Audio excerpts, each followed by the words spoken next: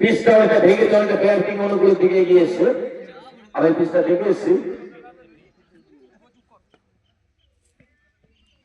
Reverse sweep করতে চেয়েছিলেন রাজীব দিব, এই বলে কোনো রান হয়নি, ডট বল।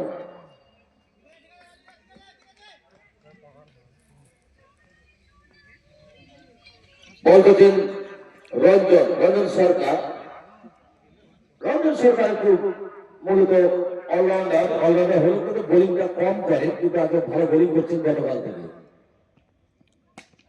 লক্ষ্যনাথ ভঙ্গিতে গেলেন রাজীব ধ্রুব, কোন রান নয়।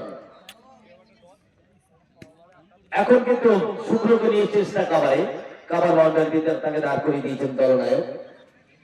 আর লং অফে সমারেশ দাঁড়িয়ে আছে 45 নাম্বার জার্সি পরে, তিনি অবশ্য বল পাচ্ছেন না।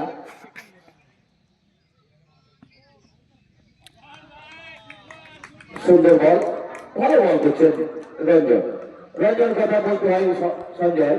নিত্যন্তপুর যে বড় টুর্নামেন্ট তখন হতো, সেই টুর্নামেন্টে কিন্তু আমার মনে হতো তিনি 5 উইকেট পেয়েছিলেন, 5 কিন্তু ম্যাচটি তারা সিং অবশ্য ছিলেন রঞ্জনের দলে।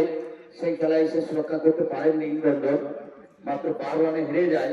দুর্দান্ত একটি 2 আন্টায় ম্যাচ হয়েছিল, একেবারে হাই ভোল্টেজ ম্যাচ হয়েছিল। আমি আশা করছি এই বলটা হাই ভোল্টেজ হবে। দেখো রঞ্জন আসার পরে কিন্তু পুরো একটা 4 হয়েছে, তাই তো? অবশ্যই। কিন্তু পরপর 3টি বল যেভাবে ব্যাট করলো, মানে মাথা ঠান্ডা করে বল করছে, কালকের মতো নয়। দুর্দান্ত বল করছে, দুর্দান্ত বল করছে।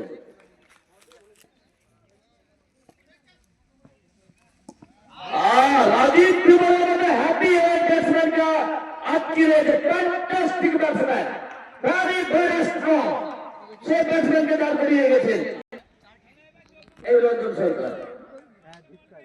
অনেকটা মোটামুটি আগের থেকে কিছুটা হলে সুবিধা আছে বোলিং পর্যায়ে। এখন বল করছে, অনেকটা কামব্যাক করেছে, রানটা ব্রেক থ্রু আগের ওভারে এসে গেছে, অনেকটা কামব্যাক হয়েছে, রানটা অনেকটা দাঁড় করিয়েছে।